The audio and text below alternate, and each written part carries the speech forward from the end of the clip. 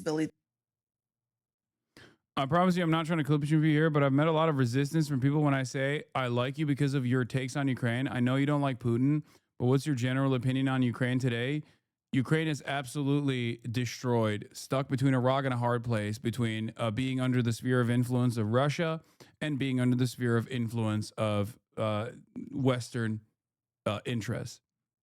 That's my opinion on Ukraine. They have every right and a responsibility to defend their own national boundaries. They have every right and responsibility to defend their own safety and security, to maintain their sovereignty.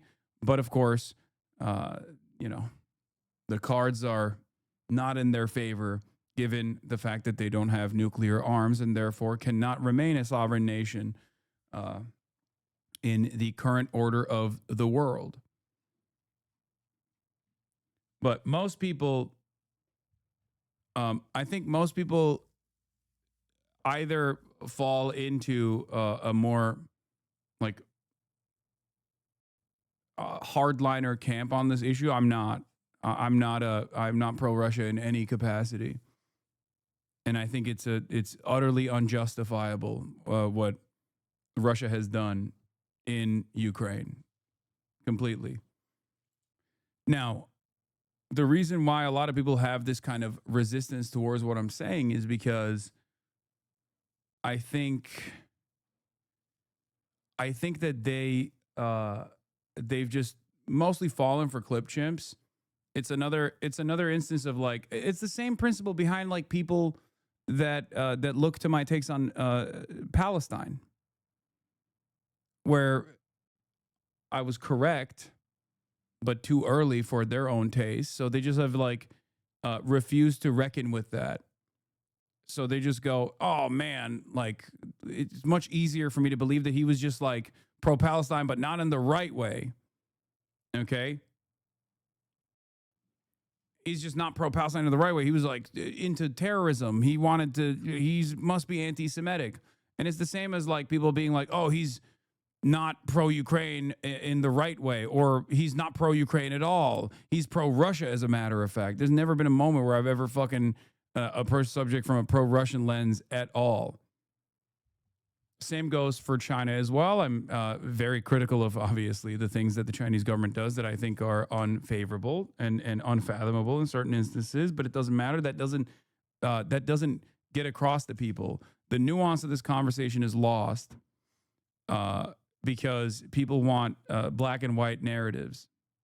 Personal favors, he's a socialist for pussy. Yeah, that's another fun one. I've seen a lot of people say you're pro-Russia because you're a Crimea take. Yeah, what's my Crimea take? Me saying Crimea belongs to the Ottoman Empire first and foremost, or saying Crimea River? That's the entirety of my Crimea take. Again, not a single person ever actually looks at what I have said about Crimea and instead just relitigates the same fucking like totality of 8 seconds with like 3 to 5 second clip chimps that are slapped together. No one ever addresses the things that I present, the evidence that I present when talking about what has taken place in Crimea. The simplest example I can give you is, as far as Crimea goes, there's a difference between the way that Russia came in and illegally annexed Crimea as opposed to the way that Russia has illegally invaded the rest of Ukraine. Okay? And the Crimea conversation is no longer even anything but an afterthought at this point anyway, because the American government has already entertained the legal recognition of Crimea as annexed Russian territory, and that's not even a contentious point in the negotiations at this in this process. The contentious point is whether or not Russia gets to take over even more territory that it hasn't militarily conquered in eastern Ukraine. They can't never elaborate. They just say your anti-Semitic takes or your terrorist takes, but they can't never quote what exactly you've done or the context of the situation. Of course. You seem to downplay how much Ukraine's failure is a result of the Trump admin coming in and fucking their support. No, it's not a downplaying. It's an accurate assessment of events that unfolded far before Donald Trump came in the office. This is, I think, what maybe liberals are trying to arrive at. They're saying, like, any moment the victory was imminent for Ukrainian defenses, and then Trump came in and fucked it up. Did Trump actually accelerate Certainly, I do agree with that. He did. He accelerated the situation in favor of Russia, 100%. No one could argue against that. Having said that, however, the Russian invasion, after the imminent failure, like the immediate failure, failing to destroy all of Ukrainians' anti-aircraft defenses and failing to take over the capital, ultimately through a battle of attrition, quickly turned into one that favors Russia. And in the process, a lot of people died. And Russia simply had more manpower that they could throw at the problem than Ukraine could. So the overall gap that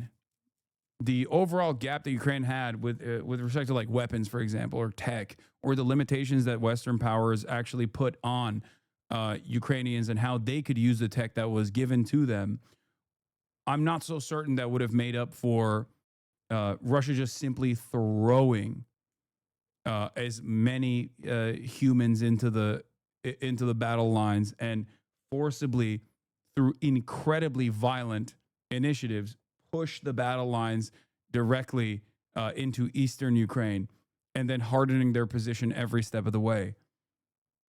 Ultimately, ultimately the battle lines here are determined, or ultimately what will happen next in Ukraine will be determined by what happens on the field of battle. And that has favored the Russian position for quite some time, long before Trump came into office, as a matter of fact. I don't know where the pivotal change took place, but I think, like, for my estimation, what I saw as like, this is over, my like, this is over moment was probably the failed counteroffensive. That was, and then what completely solidified it was October 7, where America had to, give its most valuable ally all of the weapons and all of the attention and all of the intelligence. So it's not a matter of, it's not even a matter of Trump coming in and just fucking up the bag for Ukraine or whatever. It's just like, it's not necessarily that, like, it's not even entirely Trump's fault, which is crazy for me to say because, I'm obviously a very loud and outspoken critic of Donald Trump. But I think this is, I